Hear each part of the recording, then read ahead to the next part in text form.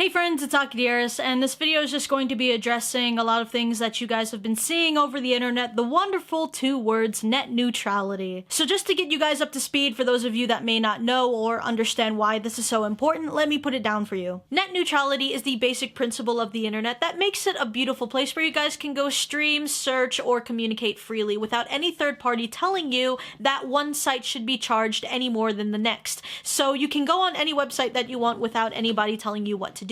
But this guy from the FCC wants to control all of that. He wants to make the internet a better and faster place for you guys so that you guys can go on different websites for a different price. So if you guys want to go to, let's say, YouTube and see June cutting amazing things with his knife skills, you can't do that without having a really great price of an additional $35. That's obviously an example, but given the way things are moving, I'm honestly worried that that could easily happen. Now, I encourage you guys to do your own research, and there's links in the description below of where you guys can go support or just research in general, because whether or not you're for this, I personally want to enjoy the internet in peace without having to see what website is a better deal. We're going to be taking steps back more than we're going to go forward here, guys. The reason I'm worried that this could actually pass is because they've done this before in the past and that they've lost against 98%. So clearly they've done something or said something that convinced Congress to put this on their table conveniently close to Thanksgiving, may I add, so that it just so happens that nobody is around to hear our voices.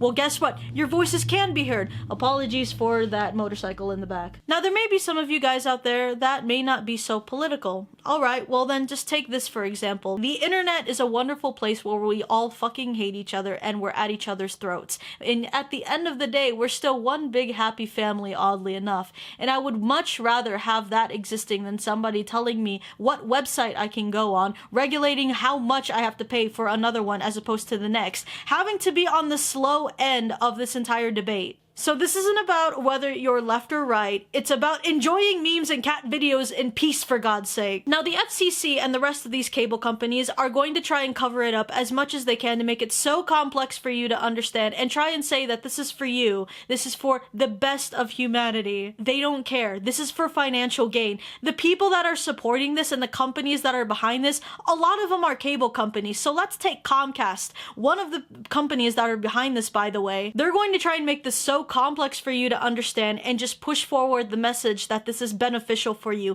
They don't care. They don't care of what's good for the internet. First off, the internet doesn't need to be fixed. It's perfect the way it is. There are some flaws, but generally it's already free to use. You can't be free from freedom. It doesn't work that way. But they're going to try and make it seem that way, that you have been discriminated against or that you have been regulated this entire time, and they're going to try and make that better. All they care about is financial gain. They only care about gaining control of the same companies that kicked them in the teeth in the first place. A lot of these companies are cable companies. So one of them, let's take Comcast, one of the most, if not the most, hated company in the United States, who constantly on Twitter for years has had to apologize for a shitty service. Why would I entrust a company that can't even take care of itself to also be part of regulating the internet? Over 22 million people have gotten rid of cable, and they are going to try and take control of the very thing that put them in the grave in the first place. And now they're also going to put things of saying, oh, you see all the hatred that's coming out from all of these social media people? We knew that was going to happen. They're just trying to strike fear into you. We're not trying to strike fear into anybody. You're giving us a reason to be fearful. Now, I apologize for the people that are used to this channel that know that I normally don't talk about things like this, but this is important. Now, there's this video that exists that has the chairman doing an interview explaining his side of exactly how his plan is going to benefit everyone, and I can tell that he is struggling so hard to smile. He's trying to keep this as professional as possible. What does it mean for the media industry, and what does it mean for consumers? How could the world look different with this new set of rules? I think we'll see a lot more digital opportunity in smaller towns and lower income areas in urban cities. We'll see more of a chance of investment in infrastructure. We'll see more entrepreneurs who are able to compete using these ubiquitous networks. I want to make the internet a better and faster place for entrepreneurs and consumers.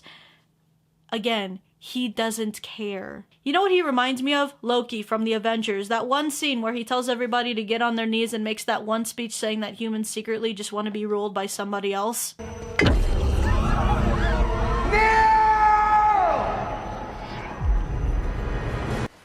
Is not this simpler? Is this not your natural state?